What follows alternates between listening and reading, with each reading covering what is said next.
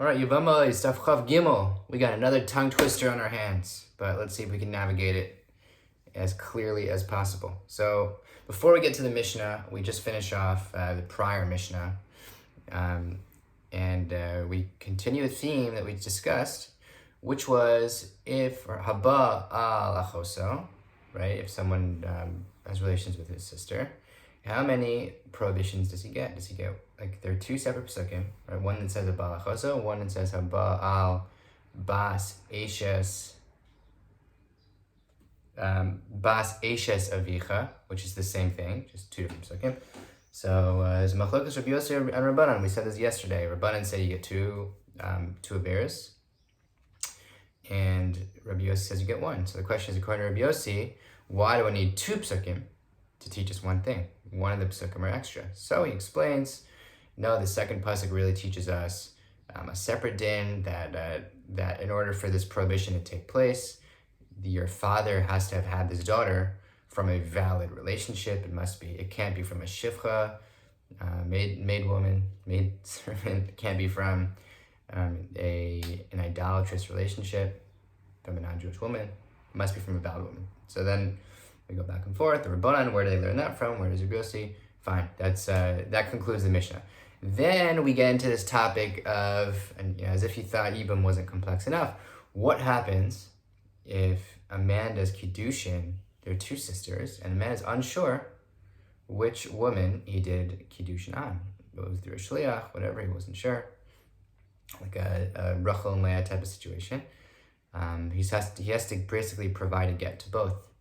Why? Because who knows? Like the halacha is that you're not allowed to, you can't have relations with your wife's sister. So being that he doesn't know which one is the wife and which one is the wife's sister, he's got to have a get on. He's got to divorce both of them. Now, what happens if he dies? So the Mishnah says we have the same issue now here with Yibam Chalitza. The Mishnah says he has to do Chalitza on both. That's like case number one. And when I say he has to, meaning Reuven dies, his brother Shimon now has these two sisters, and he's unsure which of them is the Zakuka, who has to do Yibam, and which one is the sister of the Zakuka, which is Aser. So he has to do Yibam Chalitza on both. Okay, now let's say Reuven has two brothers. It was just to give you a heads up, we're going to continue to build and build and build upon these. So if you can't focus right now, rewind it, listen again, and then keep going. Apologies in advance. So then we keep going, we say, okay, Reuven had two brothers, Shimon and Levi. Okay, and remember, so there are two people. One of them has to do Yibam on, they're two brothers now, and there are two sisters.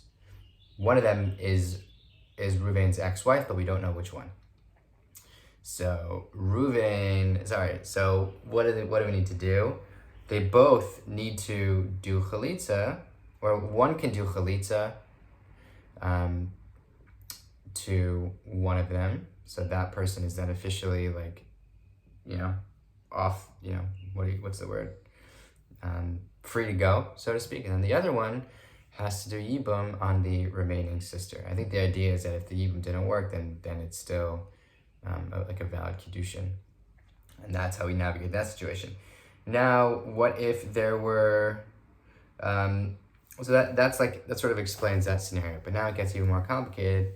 Before it was one person who passed away, it was just Reuven, and then he had two friends.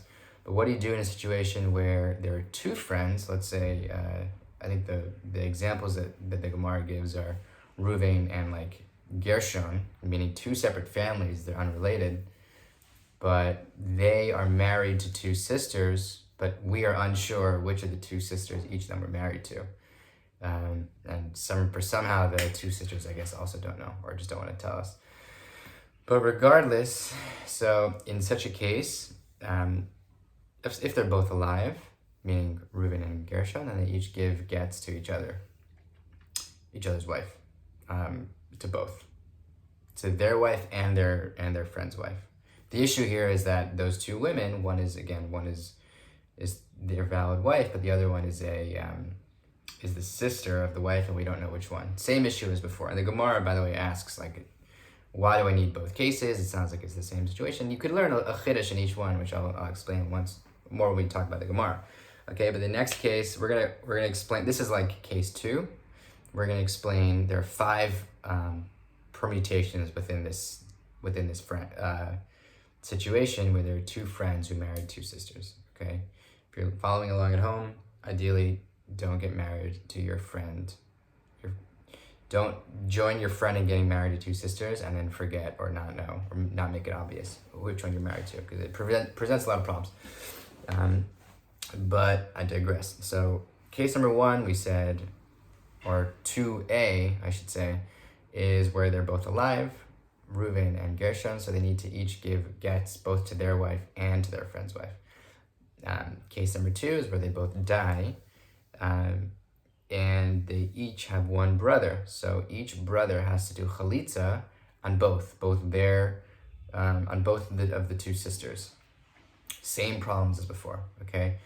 Case number 2C